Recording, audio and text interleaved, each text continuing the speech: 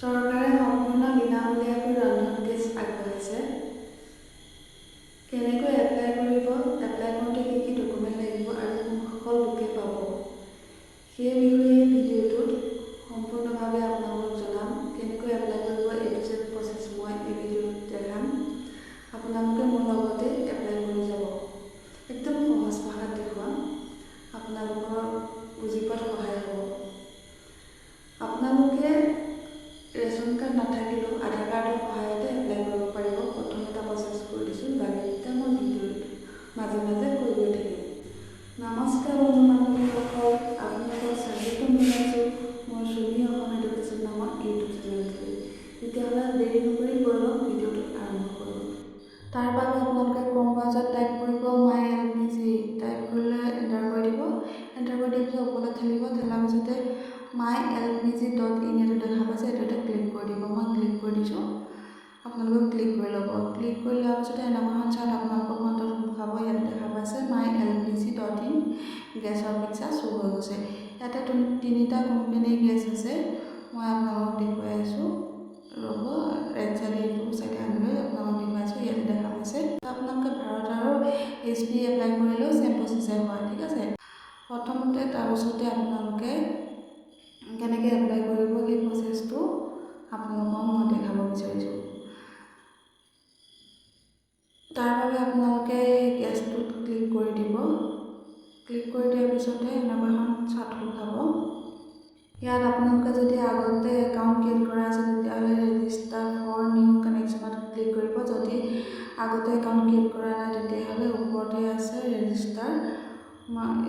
Book কৰিবলৈ হ'লে আপোনালোকে ৰেজিষ্টাৰটোত ক্লিক কৰিব লাগিব। ৰেজিষ্টাৰটোত ক্লিক কৰিলে একাউণ্ট ক্ৰিয়েট কৰিব লাগিব। ৰেজিষ্টাৰটোত ক্লিক কৰি দিব। মই ক্লিক কৰি লৈছোঁ। ক্লিক কৰি লোৱাৰ পিছতে আপোনালোকে এনেকুৱা এখন চাৰ্ট খোল খাব। ইয়াতে আপোনালোকৰ আগতে একাউণ্ট ক্ৰিয়েট কৰি থোৱা থাকিলে আপোনালোকে মোবাইল নাম্বাৰটো দি লৈ কানেকশ্যন কৰি কণ্টিনিউ কৰি লগ ইন কৰি ল'ব পাৰিব। যদি আপোনালোকৰ আগতে ক্ৰিয়েট কৰা নাই তেতিয়াহ'লে আপোনালোকে ৰেজিষ্টাৰ নাওটোত ক্লিক কৰিব লাগিব। তলতে দেখা পাইছে, মই দেখুৱাই আছোঁ। ৰেজিষ্টাৰ নাও এইটোত ক্লিক কৰি দিব। ক্লিক কৰি দিয়াৰ পিছতে আপোনালোকে ইয়াতে প্ৰথমতে লিখিব লাগিব, নামটো লিখিব লাগিব, ঠিক আছে। প্ৰথম নামটো লিখিব লাগিব, লাষ্ট নামটো লিখিব লাগিব। তাৰপিছতে মোবাইল নাম্বাৰটো দিব, ইমেইল আইডিটো দিলে দিব, নিদিলে নালাগে। তাৰপিছতে ইয়াতে যোনটো ঘৰ আছে ঘৰটোতে আপোনালোকে ক্লিক কৰি দিব। ক্লিক কৰি দিয়াৰ পিছতে মই দেখাই আছোঁ I am not a robot, এইটোত ক্লিক কৰি দিব। ক্লিক কৰি দিয়াৰ পিছতে অকণ ৱেইট কৰিব। ৱেইট কৰাৰ পিছতে প্ৰচিডটোত ক্লিক কৰি দিব। প্ৰচিডটোত আপোনালোকে ক্লিক কৰি দিব। মই ক্লিক কৰি লৈছোঁ। ক্লিক কৰি দিয়াৰ পিছতে কেনেকৈ ওলাব দেখাই আছোঁ, ৱেইট কৰিব। প্ৰচিডটোত ক্লিক কৰাৰ পিছতে আপোনাৰ একাউণ্টটো ক্ৰিয়েট হৈ গৈছে। ইয়াতে আপোনালোকে যোনটো ক্ৰিয়েট কৰিলে ক্ৰিয়েট কৰা মোবাইল নাম্বাৰটো দি লৈ আপোনালোকে লগ ইন কৰি ল'ব, ঠিক আছে। লগ ইন কৰি লৈ ইয়াতে আপুনি যেনেকৈ পাছৱৰ্ড দিছিলে সেই পাছৱৰ্ডটো বহাই ঘৰটোত ক্লিক কৰি ছাবমিট কৰি ল'ব। ছাবমিট কৰাৰ পিছতে এনেকুৱা এখন চাৰ্ট খোল খাব।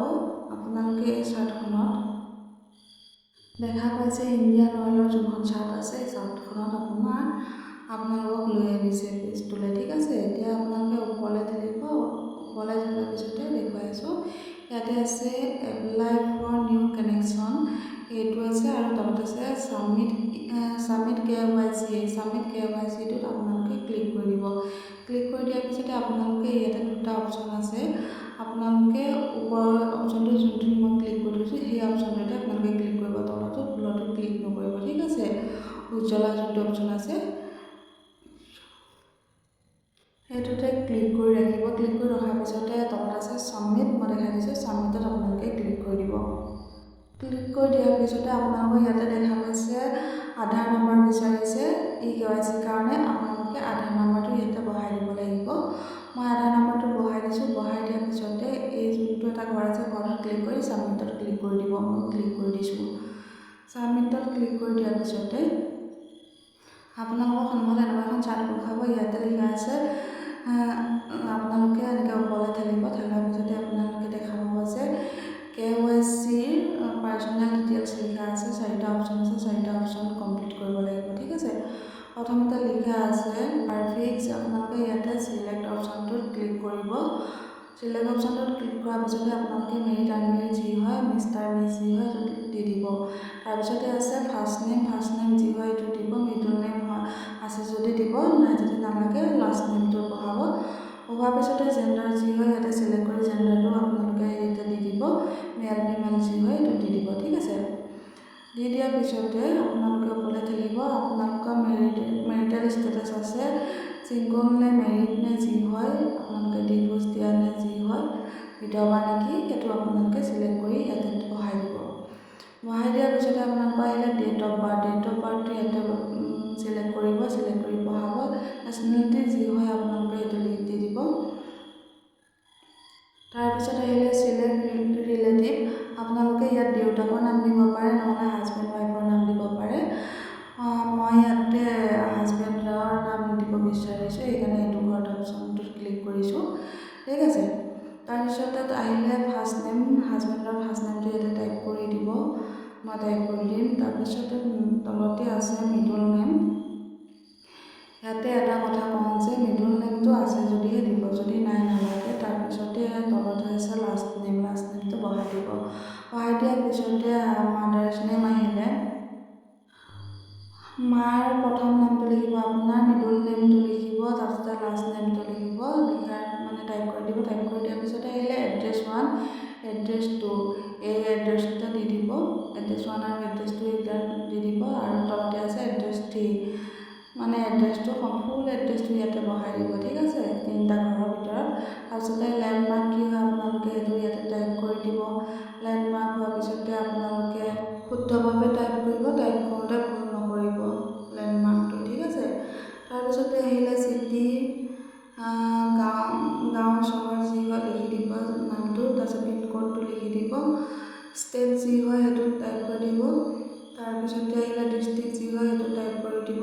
কেতিয়াবা আপোনাৰ পিনক'ডটো বহাই দিওঁতে এইকেইটা অট'মেটিক আহি যায়। ঠিক আছে, তাৰপিছতে আহিলে এড্ৰেছ টাইপটোত আপোনালোকে এইটো চিলেক্ট কৰি দিব। চিলেক্ট কৰি দিয়াৰ পিছতে ইয়াতে আপোনালোকে দুটা অপশ্যন দেখা পাইছে, আপোনালোকে গাঁৱত বসবাস কৰে নে চহৰত বসবাস কৰে।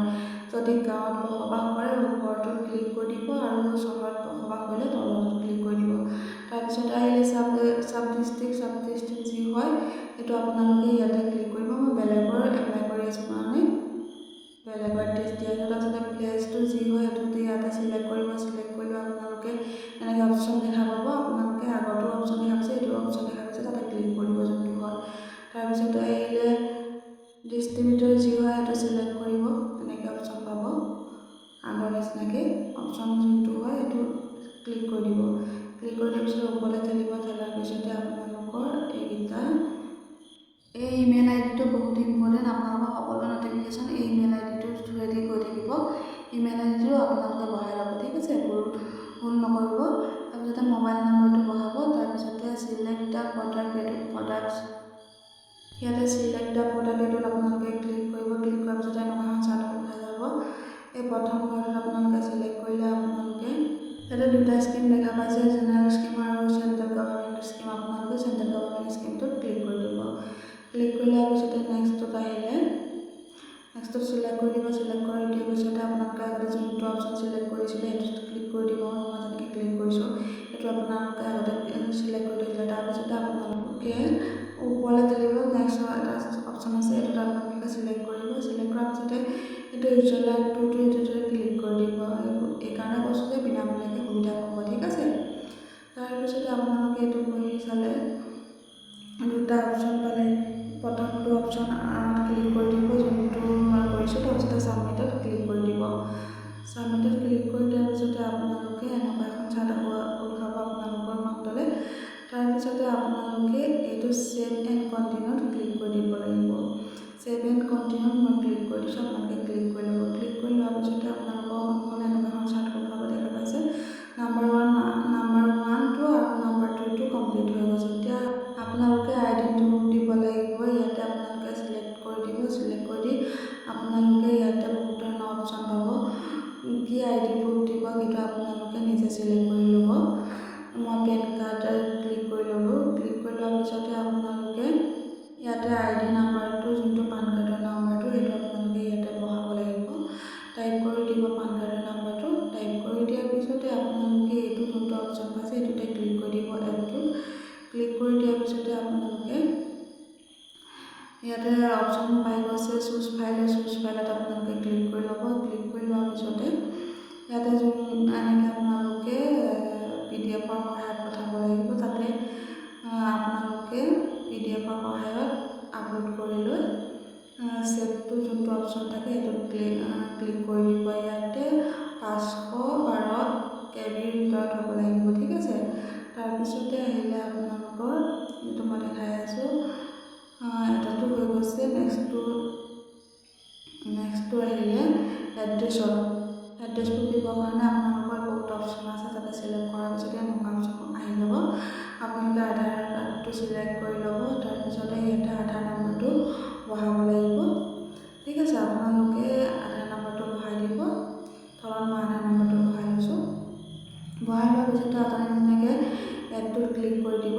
এডটোত ক্লিক কৰি দিয়াৰ পিছতে ইয়াতে ফটো মানে PDF-ৰ সহায়ত আপলোড কৰিবলৈ অপশ্যন আহি যাব। আপোনালোকে PDF-ৰ সহায়ত আপলোড কৰি ল'ব। আগতে এবাৰ দেখালোঁ তেনেকৈ আপলোড কৰি ল'ব। আপলোড কৰি লোৱাৰ পিছতে আপোনালোকে তললৈ থাকিব। থকাৰ পিছতে ইয়াতে ছেভ এণ্ড কণ্টিনিউ আছে। ছেভ এণ্ড কণ্টিনিউ ক্লিক কৰি ল'ব। ক্লিক কৰাৰ পিছতে ইয়াতে দেখা পাইছে 3 নম্বৰ অপশ্যনটো কমপ্লিট হৈ গৈছে। 2-3 অপশ্যন কমপ্লিট হৈ গৈছে। এতিয়া আহিলে 4 নম্বৰ অপশ্যনটো। ইয়াতে কৈছে যে PNG কাষ্টমাৰ যদি আপোনাৰ প্ৰয়োজন হয় তেতিয়াহ'লে ঘৰটোত ক্লিক কৰিব। যদি প্ৰয়োজন নহয় ঘৰটোত ক্লিক কৰিব নালাগে, ঠিক আছে। তাৰপিছতে আপোনালোকে এনেকৈ ওপৰলৈ ঠেলি দিব। ঠেলি দিয়াৰ পিছতে আপোনালোকে কেছ ট্ৰান্সফাৰ ছেকশ্যন ইয়াতে দিয়া আছে। আপোনালোকে এই ঘৰটোত আপুনি ইয়েছটো ক্লিক কৰি থ'ব। ক্লিক কৰি থোৱাৰ পিছতে আপোনালোকে এনেকৈ ওপৰলৈ ঠেলিব। থকাৰ পিছতে ইয়াতে আছে ৰেচন কাৰ্ডৰ ডিটেইলছ বিচাৰিছে। যদি আপোনালোকৰ ৰেচন কাৰ্ড আছে ডিটেইলছবোৰ বহাব, যদি নাই নালাগে। এনেকৈ ওপৰলৈ ঠেলি দিব। থকাৰ পিছতে আপোনালোকে পান নাম্বাৰ ইয়াতে দেখা পাইছে। পান নাম্বাৰটো ইয়াতে বহাই দিব লাগিব। যদি দিব নিবিচাৰে তেতিয়া নালাগে। যদি দিয়ে ঘৰটোত ক্লিক কৰি দিব। ক্লিক কৰি দিয়াৰ পিছতে নিদিলেও ঘৰটোত ক্লিক কৰিব লাগিব। ক্লিক কৰাৰ পিছতে আপোনালোকে এইটো আপলোড ছেকশ্যন ইয়াতে দেখা পাইছে। আপোনালোকৰ পাছপৰ্ট চাইজৰ ফটো আপলোড কৰিব দিছে। আপোনালোকে যাৰ নামত এপ্লাই কৰিছিলে তেখেতৰ এডটোত ক্লিক কৰি দিব। এডটোত ক্লিক কৰি দিয়াৰ পিছতে আপোনালোকক লৈ যাব ফাইল চুজটোলৈ। আপোনালোকে চুজ ফাইলটোত আপোনালোকে ক্লিক কৰি দিব। ক্লিক কৰি দিয়াৰ পিছতে আপোনালোকে গেলেৰীৰ পৰা গৈ আপোনালোকে PDF বা JPG-ৰ সহায়ত আপলোড কৰিব পাৰিব। অকণমান ৱেইট কৰিব। আপোনালোকে বেক হৈ নাযাব, ঠিক আছে। অকণমান ৱেইট কৰিব। ৱেইট কৰাৰ পিছতে পাছপৰ্ট চাইজৰ ফটোখনত ক্লিক কৰি আপোনালোকে ছেভ কৰি ল'ব। ছেভ কৰাৰ পিছতে আপোনালোকে ইয়াতে ছেভ এণ্ড কণ্টিনিউত ক্লিক কৰি দিব। ক্লিক কৰি দিয়াৰ পিছতে এনেকৈ দেখা পাব। আপোনালোক দেখাই আছোঁ, ওপৰলৈ গৈ আছোঁ। ইয়াত দেখা পাইছেনে 4টা অপশ্যন কমপ্লিট হৈ গ'ল। কমপ্লিট হৈ যোৱাৰ পিছতে আৰু ইয়াতে অকণমান কাম বাকী আছে। আপোনালোকক দেখাইছোঁ এনেকৈ ওপৰত ঠেলিব। ঠেলাৰ পিছতে আপোনালোকে এইটো যোনটো ঘৰ এটা দেখা পাইছেনে ঘৰটোত ক্লিক কৰি ছাবমিটটোত ক্লিক কৰি ল'ব পাৰিব। যদি ভুল হৈছে ওপৰটোত ক্লিক কৰি আপোনালোকে আকৌ এডিট কৰিব পাৰিব। প্ৰিভিয়াছত গৈ আপোনালোকে আকৌ এডিট কৰিব পাৰিব, ঠিক আছে। আমাৰতো এতিয়া ভুল হোৱা নাই। বৰ্তমান মই ছাবমিটত ক্লিক কৰিম। ছাবমিটত ক্লিক কৰাৰ পিছতে আপোনালোকৰ কাম কমপ্লিট হৈ যাব। যিমান প্ৰচেছ আছিলে সম্পূৰ্ণ কাম কমপ্লিট হৈ যাব। আৰু আপোনালোকে একো কৰিব নালাগে। ছাবমিট কৰাৰ পিছতে একনলেজমেণ্টখন পাব। সেইখন আপোনালোকে ডাউনলোড কৰি ৰাখি থ'ব। ভিডিঅ'টো চাই কেনেকুৱা পালে, শিকিব পাৰিলে নে বুজিব পাৰিলে নে এপ্লাই কৰিব পাৰিলে কমেণ্ট কৰি জনাব। আৰু যদি ভাল লাগিলে কমেণ্ট কৰিবলৈ শ্বেয়াৰ কৰিব।